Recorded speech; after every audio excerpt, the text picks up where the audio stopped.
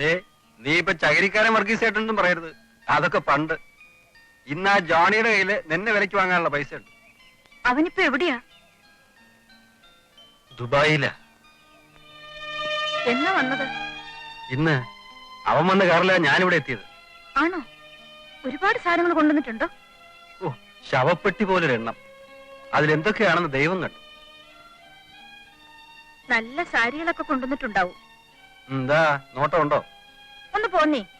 വല്ല നസ്രാണിപ്പിള്ളയുടെ കയ്യിൽ നിന്നും സാരി വാങ്ങാനിരിക്കില്ലേ ഞാൻ? ഞാൻ എത്ര തവണ പറഞ്ഞതാ നിങ്ങളുടെ പാസ്പോർട്ട് നമ്പറും ഡീറ്റെയിൽസും ആ സുധനൊന്ന് അയച്ചു കൊടുക്കാൻ.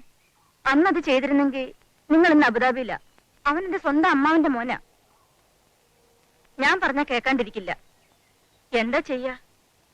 യോഗം വേണ്ടേ? ഈ തഹസിൽദാരുടെ പണിയെന്ന് പറഞ്ഞിട്ട് വലിയ കാര്യമൊന്നുമില്ല. പുറത്തിറങ്ങുമ്പോൾ ഉടുക്കാൻ ഒരു നല്ല സാരി ഉണ്ടോ എനിക്ക്? നല്ല മീൻകൂട്ടി ഊണ് കഴിച്ചിട്ട് എത്ര കാലമായി. നിങ്ങളൊന്ന് മനസ്സ് വെച്ചിരുന്നെങ്കിൽ.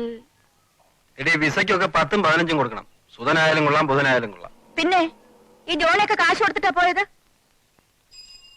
എടീ, അവൻ കള്ളലാഞ്ചിന് പോയതാ. എങ്ങനെയായാലും എന്താ? അങ്ങനെ ആണുങ്ങള്